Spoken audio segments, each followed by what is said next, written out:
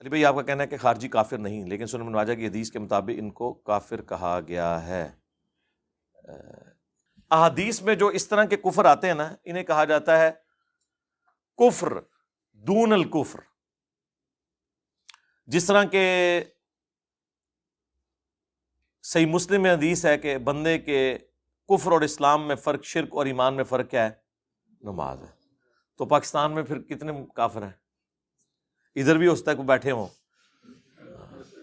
تو اس کی تعویل کیا کی جاتی ہے کہ عمل کفار والا ہے، یہ وہ کفر نہیں ہے جو اسلام سے نکالتا ہے۔ یہ کفر ہوتا ہے عربی میں انکار، ناشکری کے معنوں میں، کسی خاص اسپیسیفک معنوں میں۔ اچھا، یہ تعویل ہم کیوں کرتے ہیں؟ اگر ہم یہ نہیں کریں گے نا تو دنیا میں ہر فرقہ پھر اسلام سے ایک دوسرے کو نکالے بیٹھا ہوا ہے۔ یہ تعویل ہم اس لیے کر رہے ہیں کہ یہ یہاں کفر سے مراد امام وقت کو چھوڑ جانے والا ہے۔ جس طرح کے صحیح مسلم میں حدیث ہے جو امام کی بیعت کے بغیر مرا وہ جاہلیت کی موت مرا۔ اب اسلام کی ٹرم میں جب جاہلیت، زمانہ جاہلیت بولا جاتا ہے تو اس سے مراد کیا ہوتا ہے؟ کفر کا زمانہ۔ تو جن لوگوں نے حضرت علی کی بیعت نہیں کی تو ان کو ہم کہتے ہیں کہ کافر مر گئے، انہوں نے وقت کے امام کو نہیں پہچانا اور جاہلیت کی موت مرے۔ کبھی ہم کہتے ہیں وہ کافر مر گئے؟ ہم کہتے ہیں نہیں، یہاں جاہلیت سے مراد یہ ہے کہ گویا وہ عمل کیا، اوور آل کافر نہیں ہے۔ یہ پیورلی علمی بحثیں ہیں۔ سب سے بڑھ کر مولا علی سے زیادہ تو کوئی نہیں خوارج کو جانتا نا، تو سب سے پہلے تو مولا علی سے فتویٰ آنا چاہیے تھا، نہیں کافر ہیں۔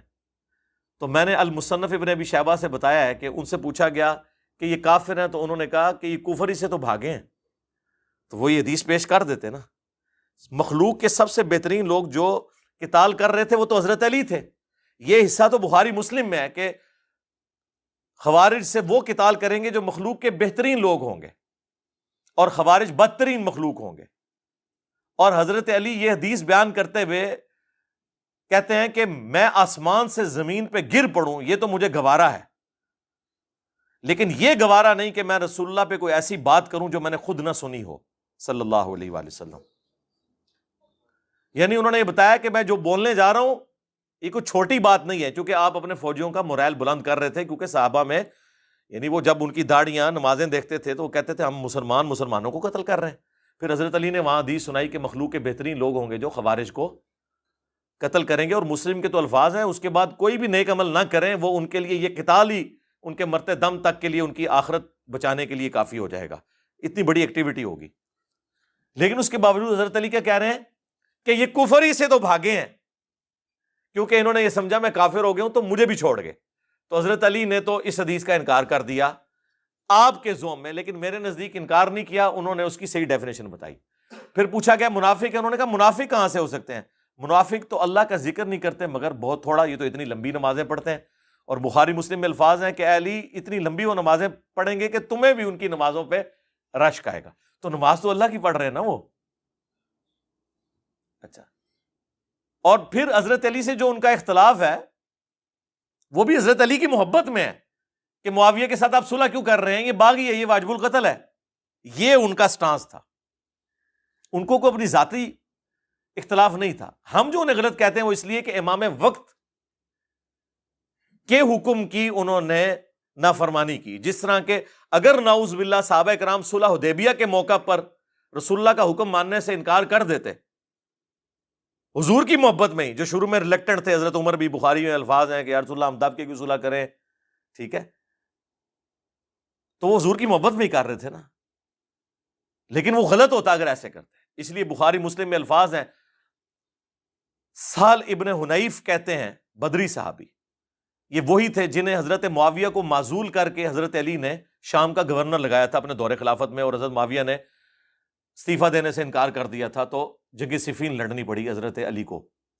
سہل بن حنیف جنگ صفین کے موقع پر بخاری اور مسلم دونوں میں الفاظ ہیں، وہ اپنا گھوڑا دوڑا کے صحابہ کرام میں آتے ہیں اور وہ کہتے ہیں کہ اگر صلح حدیبیہ کے دن ہمارے اختیار میں ہوتا تو ہم رسول اللہ کے فیصلے کو بدل دیتے، اور پھر انہوں نے اسپیسیفکلی مینشن کیا کہ حضرت عمر اس صلح کے اوپر خوش نہیں تھے، اور اگر زبردستی کرنی ہوتی تو حضرت عمر جو ہیں نعوذ باللہ اس فیصلے کو بدل دیتے، انکار کر دیتے۔ وہ اگر خدا نخواستہ ایسا ہوتا تو اپنے ایمان سے یاد ہو بیٹھے، لیکن ایسا نہیں ہوا۔ تو انہوں نے فوجیوں کو کہا کہ اس دن نبی علیہ السلام کے فیصلے کو ہم نے قبول کیا، آج تمہارا کام ہے کہ علی کے فیصلے کو قبول کرو۔ وہ تحکیم کا مسئلہ، وہ پھر ایک دردناک سٹوری ہے۔ لیکن بخاری مسلم کی اس حدیث سے یہ بھی پتہ چل گیا کہ سہل بن حنیف بدری صحابی صلح حدیبیہ کے ساتھ جوڑ رہے ہیں تحکیم کے مسئلے کو۔ صلح حدیبیہ میں اللہ کے نبی اور صحابہ ایک طرف تھے اور دوسری طرف مشرکین عرب تھے، اور اس موقع پر مولا علی اور ان کے ساتھی ایک طرف تھے اور دوسری طرف اہل شام تھے۔ تو یہ اس میں اہل شام کی جتنی فضیلت آئی ہوئی ہے نا، وہ آپ کو پتہ چل گئی ہوگی، کیونکہ جب اب جوڑا جا رہا ہے نا اس کے ساتھ، وہ تو بخاری میں موجود ہے، جب حضرت علی نے وہ محمد رسول اللہ مٹانے سے انکار کر دیا تھا، جب کافروں نے اعتراض کیا ہم تو آپ کو اللہ کا رسول نہیں مانتے، آپ لکھیں محمد بن عبداللہ، حضور نے کہا علی کاٹ دو اور لکھ دو، انہوں نے کہا یا رسول اللہ میں تو نہیں کاٹوں گا۔ اب یہ کس حضور کی محبت میں انہوں نے کہا، پھر حضور نے کہا ادھر مجھے دو، پھر آپ نے لکیر پھیری اور اپنے ہاتھوں سے لکھا۔ اور حضرت ابوبکر کہتے ہیں حضور کی ہینڈ رائٹنگ اتنی اچھی نہیں تھی، اس لیے کہ آپ کو اللہ تعالیٰ نے یہ ملکہ نہیں دیا تھا، یہ حضور کا معجزہ تھا کہ آپ لکھ پڑھ نہیں سکتے تھے، کیونکہ سورہ العنکبوت میں اگر ایسا ہوتا تو لوگ گمان کرتے یہ کتاب آپ نے خود لکھ لی ہے۔ حضور کے حق میں لکھا پڑھا نہ ہونا یہ عیب نہیں ہے، خوبی ہے، اور لکھا پڑھے سے مراد جاہل ہونا نہیں ہے، اللہ نے انہیں علم سکھایا ہے، لیکن یہ اللہ تعالیٰ نے ان کو معجزہ دیا ہے کہ تو وہاں پہ حضرت علی نے جو انکار کیا تو وہ اس وجہ سے نہیں تھا کہ نعوذ باللہ نافرمان تھے۔ اور اسی حدیث کا ایک طریق سنن نسائی الکبریٰ کے اندر موجود ہے، خصائص علی والے چیپٹر کے اندر، وہ بڑا دردناک ہے۔ اس میں پہلے تو وہ مناظرہ بھی ہے جو خوارج اور ابن عباس کے درمیان ہوا، جو ہم نے ریسرچ پیپر 5B کربلا والے میں ڈالا ہوا ہے، اور دوسرا یہ وہ روایت لے کے ہے کہ حضرت علی نے جب یہ انکار کیا نا، حضور نے یہ کیا تو اس کے بعد نبی علیہ السلام نے حضرت علی کو ایک رازداری کی بات بتائی اور کہا کہ اے علی تم پہ بھی اسی طرح کا ایک وقت آئے گا، اس وقت تمہیں بھی وہی کچھ کرنا ہوگا جو آج میں کر رہا ہوں۔ یعنی رسول اللہ نے اپنی جگہ علی کو رکھا اور مشرکین عرب کی جگہ حضرت علی کے مخالفین کو رکھا، تبھی ریزیمبلنس بنے گی نا۔ انہوں نے کیا کہا تھا کہ ہم محمد رسول اللہ نہیں مانتے، محمد بن عبداللہ لکھو۔ جب حضرت علی اور حضرت معاویہ کے درمیان جنگ بندی ہوئی، جو معاہدہ لکھا گیا اس میں لکھا تھا امیر المؤمنین خلیفۃ المسلمین علی ابن ابی طالب اور معاویہ ابن ابی سفیان کے درمیان۔ تو معاویہ بن ابی سفیان رضی اللہ تعالیٰ عنہ، ہم تو ہماری تو مجبوری ہے جی، صحابی ہونے کی وجہ سے ہم احترام سے نام لیتے ہیں اور رضی اللہ عنہ کہتے ہیں، نبی علیہ السلام کی نسبت کی وجہ سے۔ تو ان کے پاس جب یہ معاہدہ پہنچا تو انہوں نے کہا میں تو اس معاہدے پہ سائن نہیں کروں گا، میں تو اسے امیر المومنین نہیں مانتا ہوں، جس طرح کے مشرکین عرب نے کہا تھا کہ ہم اسے اللہ کا رسول نہیں مانتے۔ ٹھیک ہے، تو آپ ذرا دیکھ لیں کیا ریزیمبلنس بن رہی ہے۔ اس سے ان ناسبیوں کا بھی رد ہو گیا جو کہتے ہیں نہیں وہ حضرت علی کو خلیفہ مانتے تھے، بس صرف قصاص عثمان مانگتے تھے۔ وہ اس سے بڑھ کے تو جامعہ ترمذی اور سنن ابی داؤد میں موجود ہے کہ بنو امیہ کے لوگ کہتے ہیں علی تو خلیفہ ہی نہیں ہے اور خلافت تو ہم میں ہے، جس پہ حضرت سفینہ نے کہا تھا یہ ان کی پیٹھ سے جھوٹ نکلا، ان کی بادشاہت روئے ارض کی بدترین بادشاہت ہے۔ اور مسند ابی داؤد طیالسی اور مصنف ابن ابی شیبہ میں تو یہاں تک موجود ہے کہ یہ بدترین سخت گیر بادشاہ ہیں، اور ان کا پہلا بادشاہ معاویہ ابن ابی سفیان ہے۔ اور راوی حدیث جب حضرت سفینہ سے پوچھتا ہے کہ پھر حضرت معاویہ کیا ہوئے اگر خلافت 30 سال تک ہے، جب حضرت سفینہ کہتے ہیں ابو بکر کے 2 سال، عمر کے 10 سال، عثمان کے 12، علی کے 6، اور حسن ابن علی کے 6 مہینے بھی اس میں شامل ہیں، 5.5 سال، اور یہ مل کے 6۔ ان کا معاویہ تو بادشاہ ہیں، اور مصنف ابن ابی شیبہ میں آیا کہ سخت گیر بادشاہ اور پہلا معاویہ ابن ابی سفیان ہے۔ یعنی حضرت سفینہ حضور کے آزاد کردہ غلام، وہ ان کو خلیفہ نہیں مانتے تھے بلکہ بادشاہ مانتے تھے۔ ہم خلیفہ بھی نہیں مانتے، یہ ذہن میں رکھیے گا، خلیفہ راشد چھوڑ دیں، خالی خلیفہ بھی نہیں مانتے، ملک مانتے ہیں۔ ہاں ان معنوں میں تو خلیفہ آپ بے شک عمران خان کو بھی کہہ لیں اور شہباز شریف کو بھی کہہ لیں حکمران کے طور پہ، یزید کو بھی کہہ لیں آپ کا دل کرے، لیکن اگر خلیفہ ان ٹرو سینس کے اندر ہے تو وہ خلفائے راشدین وہی ہیں۔ اب حضرت علی رضی اللہ تعالیٰ عنہ علیہ السلام کو حضور نے فرمایا کہ تمہیں بھی پھر وہی کرنا پڑے گا جو مجھے کرنا پڑا. تو وہ جب حضرت معاویہ نے وہ تحریر واپس کی نا تو حضرت علی رضی اللہ تعالیٰ عنہ نے کہا صدق رسول اللہ صلی اللہ علیہ وآلہ وسلم، رسول اللہ نے سچ کہا تھا. اور کہا کہ یہ مٹا دو، تم لکھو علی ابن ابی طالب اور معاویہ ابن ابی سفیان کے درمیان. ٹھیک ہے، اس میں حضرت علی کی جو تکلیف ہے اس کا تو آپ اندازہ کر سکتے ہیں، لیکن آپ اس چیز کا اندازہ کریں کہ مخالفین کے اوپر جو وعید فٹ ہوئی ہے کہ انہوں نے محمد رسول اللہ کا انکار کر کے محمد بن عبداللہ لکھوایا، حالانکہ وہ مشرک تھے. سمجھ میں آتا ہے، یہاں پہ کلمہ گو مسلمان تھے اہل شام، اور انہوں نے امیر المومنین خلیفۃ المسلمین علی ابن ابی طالب کٹوا کر کیا لکھوایا؟ علی ابن ابی طالب. تو ریزیمبلنس تو سیم ہے. تو دیکھ لیں کس کی نسبت کہاں جڑی ہوئی ہے. علی کے ماننے والے رسول اللہ کے ساتھ کھڑے ہیں، اور علی کے مخالفین اس جگہ پر رسول اللہ نے انہیں کھڑا کیا. ہم نہیں کھڑا کرتے، وہ کہیں گے جی فتویٰ لگا دیا، جہاں پر نبی الاسلام کے مخالفین صلح حدیبیہ کے موقع پر کھڑے ہوئے تھے. خیر وہ یہ ایک دردناک چیز ہے تحکیم کے اوپر. یہ جو جنگ بندی ہوئی اور اس میں پھر وہ 2 بندے نامینیٹ ہوئے. ادھر سے ابن عباس نے جانا تھا مولا علی کی طرف سے، انہوں نے کہا ہم ابن عباس کو نہیں مانیں گے، یہ حضرت علی کا رشتہ دار ہے. صرف ابو موسیٰ اشعری کو یعنی دھکے سے ایسا بندہ چوز کیا جو اتنے اچھے طریقے سے ڈیبیٹ نہیں کر سکتا تھا. اور ادھر سے آئے جناب اتنی پرسنالٹی کہ ان کے نام کے اوپر آج تک عمرو و یار کی کہانیاں پڑھائی جاتی ہیں، یعنی ان کی نسبت کی وجہ سے. میں نے نہیں لکھی کہانیاں، میرے متھے نہ مار دینا. عمر ابن عاص رضی اللہ تعالیٰ عنہ، ہم تو نام احترام سے لیں گے، ظاہر ہے صحابی ہیں، صلح حدیبیہ کے بعد مسلمان ہوئے لیکن فتح مکہ سے پہلے مسلمان ہوئے ہیں، یہ بھی اور حضرت خالد بن ولید بھی. تو عمر بن عاص وہ جب طے پایا اور فیصلہ یہ طے پایا کہ جناب دونوں کو کہتے ہیں سائڈ پہ ہو جاؤ، تو تیسرا بندہ کوئی خلیفہ چن لیتے ہیں. اندازہ کریں یہ کون سا فیصلہ طے پایا جا رہا تھا کہ ایک بندہ حاکم. یہ اسی طریقے سے ہے کہ کسی کے گھر میں چور گھس جائیں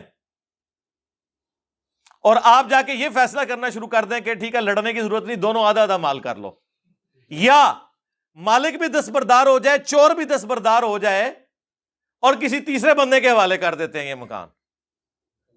بھائی مولا علی کو تو انہی صاحب نے خلیفہ چنا تھا جنہوں نے ابو بکر عمر عثمان کو چنا ہوا تھا، بلکہ وہ جو 6 رکنی کمیٹی جو صحیح بخاری میں آتا ہے اس میں حضرت عثمان کے بعد تو حضرت علی اب باقی تھے.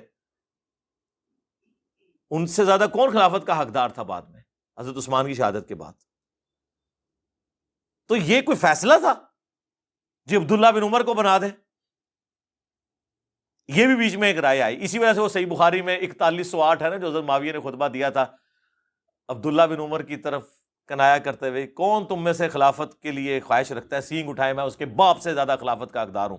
حضرت عمر کی نعوذ باللہ توہین کر دی. تو عبداللہ بن عمر کہتے ہیں بعد میں نے ارادہ کیا کہ میں اپنی گوٹ کھولوں، جو میں ایسے کر کے بیٹھا تھا احتبا کر کے دونوں گھٹنوں کو، اور میں کھڑے ہو کے اسے کہوں کہ معاویہ تجھ سے زیادہ خلافت کا حقدار وہ ہے جس نے تجھ سے اور تیرے باپ سے اسلام کی خاطر جنگیں کی ہوئی ہیں، یعنی عبداللہ بن عمر، کیونکہ غزوہ خندق کے چیپٹر میں یہ حدیث امام بخاری لے کے آیا ہے.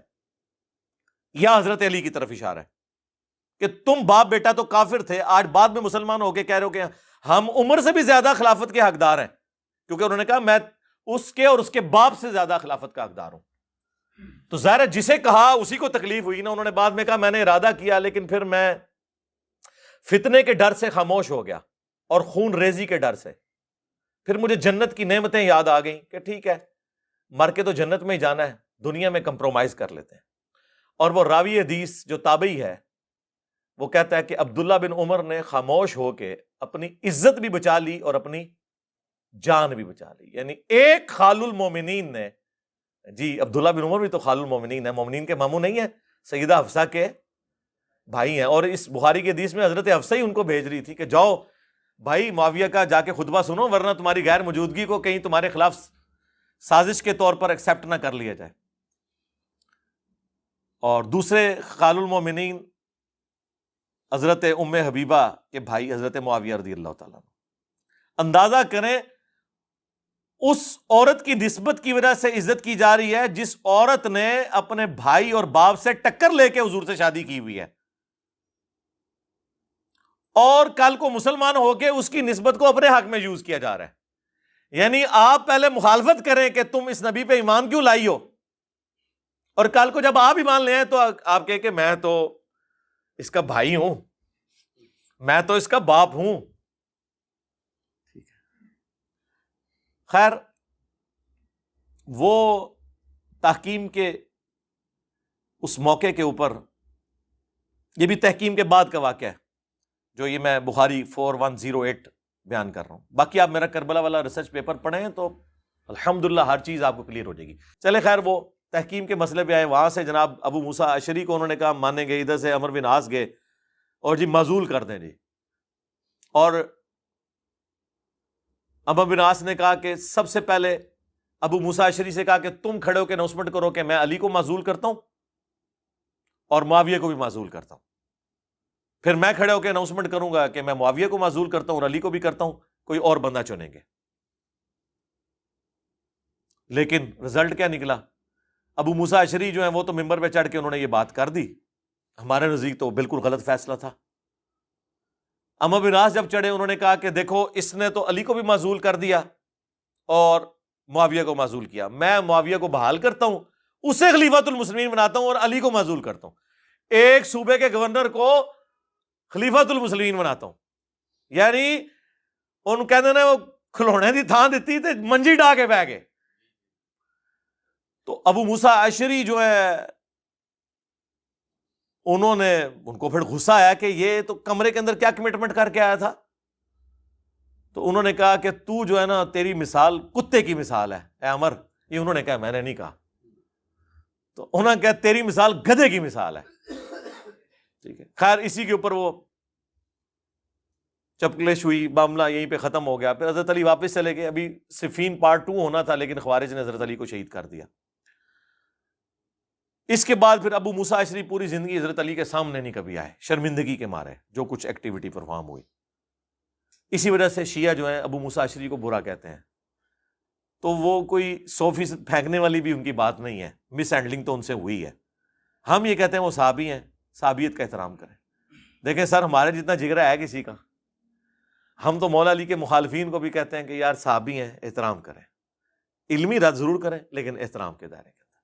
میرا دعویٰ ہے کہ ہمارے کربلا والے ریسرچ پیپر میں کوئی ایک حدیث بھی ایسی نہیں ہے جسے دنیا کے تمام محدثین ضعیف کہتے ہوں. یہ ضرور ہے، اور میں شروع دن سے کہہ رہا ہوں کہ کسی حدیث کو شیخ البانی صحیح کہتے ہوں گے اور شیخ زبیر صاحب کے نزدیک وہ ضعیف ہوگی، کسی کو شیخ زبیر صاحب ضعیف کہتے ہوں گے، شیخ البانی کے نزدیک وہ حدیث صحیح ہوگی. میں نے وہ ساری اس لیے جمع کی ہیں تاکہ جس کا اعتماد جس کی تحکیم کے اوپر ہے وہ اس پہ اعتماد کرے اور اس میں سے اپنا حصہ نکال کے ہمارے مقدمے کو سمجھے. ہمارا مقدمہ تو بخاری مسلم سے ثابت ہے.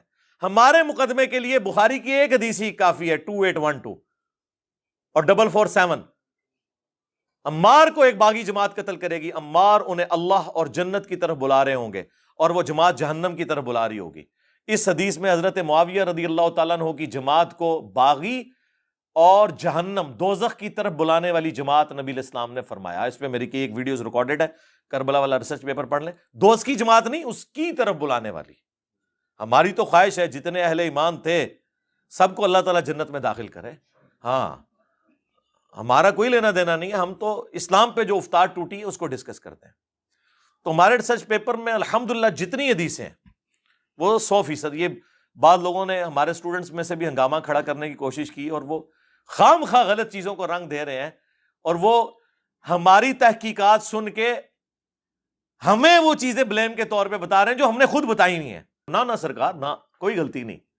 غلطی تب ہوگی کہ میں کسی حدیث کے نیچے حکم لگاؤں کہ اسنادہ صحیح اور ساتھ دیکھوں قال شیخ البانی، جبکہ شیخ البانی نے کہا ہو کہ اسنادہ ضعیف، پھر میری غلطی ہے. میں لکھوں اسنادہ صحیح قال شیخ زبیر لزئی اور زبیر لزئی صاحب نے لکھا ہو اسنادہ ضعیف، پھر میری غلطی ہے.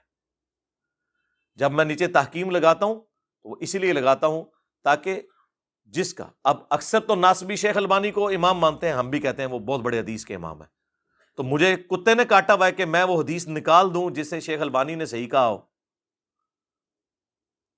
جسے امام ترمذی نے حسن صحیح کہا ہو، جو حدیث امام حاکم اور امام ذہبی کے اصولوں کے مطابق صحیح ہو۔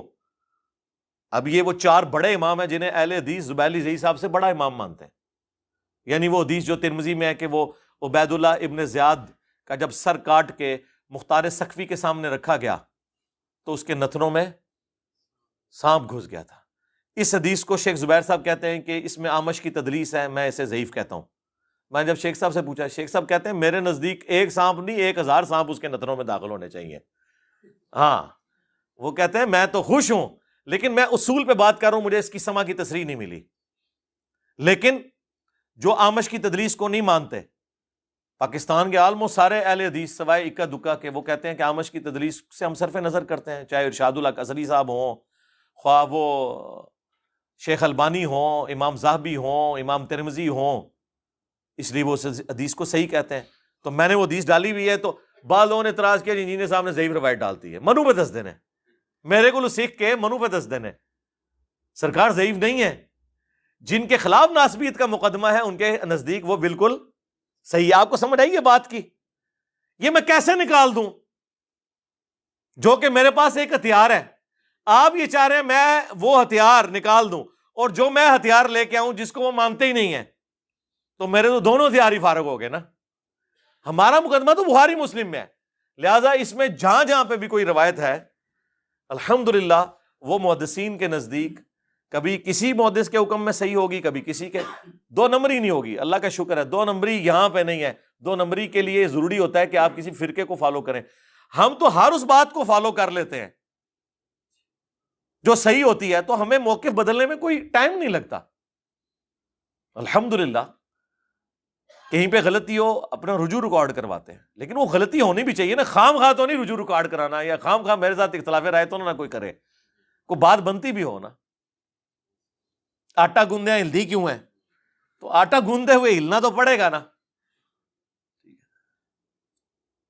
وہ ایک ناسبی نے اعتراض کیا، جی وہ آپ نے ترمذی کی آدھی حدیث لکھی ہے، وہ حدیث پوری لکھی ہوئی ہے بھائی ترمذی کی، کہ پہلا شخص جو اسلام قبول کیا جس نے، زید ابن ارقم کہتے ہیں وہ علی ابن ابی طالب ہے، کہتے ہیں نہیں جی ابراہیم نخعی کا ساتھ قول تھا کہ وہ حضرت ابوبکر کہتے ہیں۔ بھائی ابراہیم نخعی کی روایت جو ہے وہ مرسل ہے، صحیح مسلم کے مقدمے میں ہے کہ تابعی کا قول کوئی شے نہیں ہے جب تک صحابی کو مینشن نہ کرے۔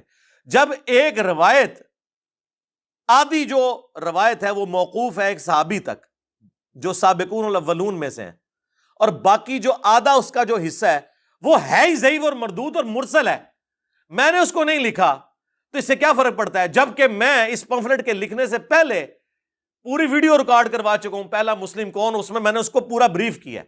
یہاں پہ میں کرتا تو یہ پمفلٹ میں 4 صفحے مجھے اور ایڈ کرنے پڑتے ایک ضعیف روایت کے بارے میں بتانے کے لیے کہ یہ ضعیف کیوں ہے، اس لیے میں نے جو صحیح پورشن ہے وہی لکھا ہے۔ سمجھ آئیے آپ کو بات کی؟ اور اس کو 2 نمبری کہہ کے پیش کرتے ہیں۔ 2 نمبری کیوں کرنی ہے؟ جو آپ 2 نمبریاں بتاتے ہیں وہ آپ کی اپنی 2 نمبریاں پکڑی جاتی ہیں۔ ہمارے غلام محی الدین بھائی ہیں، یہ لفظ ہے محی الدین، محی الدین ویسے بول دیتے ہیں لیکن اصل لفظ ہے محی الدین۔ تو وہ مجھے کئی بار کہتے ہیں علی بھائی تحکیم کے اوپر کوئی ویڈیو ریکارڈ کرائیں، تحکیم کے اوپر کوئی ویڈیو ریکارڈ کرائیں۔ چلیں آج ان کی خواہش پوری ہوگی۔ میں نے وہ خطرناک قسم کی باتیں جس سے کانپے ٹانگ جائیں، وہ خطرناک باتیں جس سے ٹانگیں کانپ جائیں، میں نے جو کچھ فی الودی میرے دماغ میں آئی میں نے بیان کر دی۔ باقی میرا خیال ہے ظہور احمد فیضی صاحب جنہوں نے خصائص علی کے اوپر کام کیا، ایک بریلوی عالم، غلام سو سعیدی صاحب کے شاگرد ہیں، بہت محقق آدمی ہیں۔ صلح حسن پہ بھی انہوں نے ایک کتاب لکھی ہے، اور اب مسئلہ افضلیت کے اوپر بھی انہوں نے کتاب لکھی ہے۔ وہ میرا خیال ہے اب اس کے اوپر کام کر رہے ہیں، مسئلہ تحکیم کے اوپر۔ کچھ تو ویسے انہوں نے مختلف جستہ ذکر کیا ہے، باقی اگر وہ نہیں کر رہے تو میں ان سے ریکویسٹ کروں گا اس ویڈیو کی وساطت سے بھی کہ وہ ماشاءاللہ کمپیٹنسی رکھتے ہیں۔ حضرت معاویہ رضی اللہ تعالیٰ عنہ کے فضائل میں جو جھوٹی روایتیں اکٹھی کی تھیں دعوت اسلامی والوں نے، انہوں نے ان کے رد کے اوپر بھی ایک اتنی موٹی کتاب لکھی ہے۔ باقی ہم تو بس اجمالاً چیزیں بیان کر دیتے ہیں تاکہ آپ کے لیے اصلاح کا اس میں کوئی معاملہ ہو جائے، مقصد کسی کو ذلیل کرنا نہیں ہوتا۔ تو بات کہاں سے کہاں نکلی تھی وہ خوارج والی، وہ میں نے آپ کو کہا نا کہ کبھی آمد ہوتی ہے نا، آج ہو گئی، وہ اللہ نے فیصلہ کرنا ہوتا ہے شرح صدر کب ہو. یہ کشف نہیں ہے، الہام نہیں ہے، یہ شرح صدر ہے. جسٹ لائک جب کسی شاعر کے اوپر کوئی دکھی کیفیت ہو تو وہ اشعار کہہ دیتا ہے، تو ہمارا بھی یہی معاملہ ہوتا ہے کہ ہم اس طرح کی جب کوئی بات ہے، اب دیکھیں وہ بائی چانس ہی، مطلب میں ایک جملہ بولا، جب کبھی ہم کوئی بات کرتے ہیں نا کہ جی فضائل مال میں یہ لکھا ہے، تو وہ دیوبندیوں کے مولوی کہتے ہیں او جی تو فلانے بزرگ نے بھی لکھا ہوا ہے، آپ ان کو کوئی نہیں غلط کرتے، وہ ہے کیڑا جو فلانا. پھر اس میں نے ایک جملہ بولا، وہ فی البدی اللہ نے میری زبان سے جاری کیا کہ بھئی جب ہم کتاب و سنت کے دائرے میں حضرت معاویہ رضی اللہ تعالیٰ عنہ، حضرت عمر بن عاص رضی اللہ تعالیٰ عنہ، حضرت مغیرہ ابن شعبہ رضی اللہ تعالیٰ عنہ سے اختلاف رکھ سکتے ہیں تو بابت شے ہی کوئی نہیں. وہ اس وقت جب جملہ میری زبان سے نکلا، وہ پھر اسے کوئی شرف قبولیت حاصل ہو گیا، اور اب تو ماشاءاللہ وہ کمپلیٹ ہو گیا. کیا؟ نبی کے جیسا ہے ہی کوئی نہیں، بابت شے ہی کوئی نہیں. اب ان لوگوں کا بھی گلا دور ہو گیا جو کہتے ہیں اب بابوں کی توہین کر رہے ہیں. تو اب آپ دیکھیں کس شخص کے مقابلے پہ ہم ذکر کر رہے ہیں. آپ تو ہمیں کہتے ہیں جی وہ کوئی بڑے سے بڑا بھی بابا غوث قطب ابدال ہو، کسی ادنا سے صحابی، خواہ وہ حضرت واشی کیوں نہ ہو، ان کے گھوڑوں کے قدموں کی خاک جو گھوڑے کے نترے میں بیٹھتی ہے اس کو نہیں پہنچ سکتا. تسی تے اتنا ذلیل کر دے ہو اپنے بابیاں نو خود. میں تو رسول اللہ کے مقابلے پہ کہہ رہا ہوں کہ نبی کے جیسا ہے ہی کوئی نہیں، بابے تے شے ہی کوئی نہیں. تو میری بات بری لگ جاتی ہے. خود تو آپ نے اتنا ذلیل کیا ہے کہ گھوڑے کے بھی قدموں کے نیچے، وہ بھی جو جا کے ناک میں جا کے وہ ذرے بیٹھتے ہیں. ٹھیک ہے نا؟ پتہ نہیں اور کتنے کتنے تسی جناب پہنچایا ہے اپنے بزرگاں نو. ٹھیک ہے نا جی؟ وہی میں نے کہا نا، میرے ساتھ ایسی دشمنی ہے، میں کہوں نا خدا ایک ہے، انہوں نے کہنا نہیں آج تسی دو منا گے. ابھی میرا ایک کلپ آ رہا ہے، انشاءاللہ فائنل ہو گیا وہ، اس کا عنوان ہے میرے خلاف کلپ بنانے کا ثواب. ہاں کتنا ثواب ہوتا ہے اگر علی بھائی کے خلاف کلپ بنایا جائے. اس کا اتنا ثواب ہوتا ہے جس طرح دنیا میں ہر بندے کی یہ خواہش ہے نا میں مرنے سے پہلے ایک مسجد بنواؤں گا، اس طرح دنیا کے ہر عالم کی خواہش ہے کہ مرنے سے پہلے میں نے انجینئر کا رد ضرور کرنا ہے ایک بار. اس وقت تمام فرقوں کے علماء دین کی خدمت یہ نہیں سمجھ رہے کہ لوگوں کو دین سکھائیں، وہ یہ خدمت یہ سمجھ رہے ہیں کہ انجینئر صاحب کے خلاف ایک کلپ ریکارڈ کرا دیں اور لوگوں کو بتائیں کہ اس دور میں دجال سے بڑا فتنہ یہ ہے، آپ نے اس سے بچ جانا ہے. ہاں یہی خدمت کر رہے ہیں. بتائیں مجھے کیا اب اہل حدیث بریلویوں کے خلاف کلپ بناتے ہیں جو انہوں نے ادھم مچایا ہوا تھا؟ ان کے دیکھ لے پچھلے 3-4 سالوں میں سارے کلپ میرے بارے میں آ رہے ہیں، بریلویوں کے کلپ سارے میرے بارے میں آ رہے ہیں.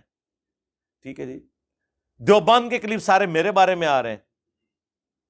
شیعہ سے تھوڑے بہت امید تھی کہ وہ کوئی انصاف کا کام لیں گے، لیکن اب تو انہوں نے بھی وہ سارے کے سارے معاملات شروع کر دیے ہیں اور جھوٹے الزامات میرے اوپر لگانے شروع کر دیے ہیں. خیر میں تو خوش ہوں کہ وہ جو ہم پہ لوگ الزام لگاتے تھے یہ وابی ہے، اہل حدیثوں کے کلپ آئے 2015 میں نے کہا شکر ہے میرے مالک، انہوں نے کوئی وابی کہے گا میں کہ دیکھو سارے وابی میرے خلاف تھے. ٹھیک ہے جی؟ جب یہ کہتے ہیں نہیں اندروں والے بھی بریلوی ہے، جب بریلویوں کے کلپ آئے میں کہا شکر الحمدللہ. پھر میں دعائیں کرتا تھا یا اللہ شیعہ کے بھی کلپ آئیں تاکہ میں ان کے ناسبیوں کے منہ بند کروں. ہوں دیکھو تھوک دے صاحب نال کلپ آ رہے ہیں انہوں نے بھی. ٹھیک ہے جی؟ تو ہم ساروں کو کہیں گے شکریہ علماء دیوبند، علماء بریلویہ، علماء اہل حدیثیہ اور وہابیہ اور شیعہ کہ آپ لوگ یہ کلپ اور بنایا کریں تاکہ میں اپنی عوام کو سیٹسفائی کر سکوں گا. تکو یار یہ بھی گالا منو کٹ رہے ہیں، منو خدا دا نہ ہے، منو سرٹیفکیٹ دے دو کہ میرا تعلق کسی کے ساتھ نہیں ہے. ہم تو سمپل مسلم ہیں الحمدللہ.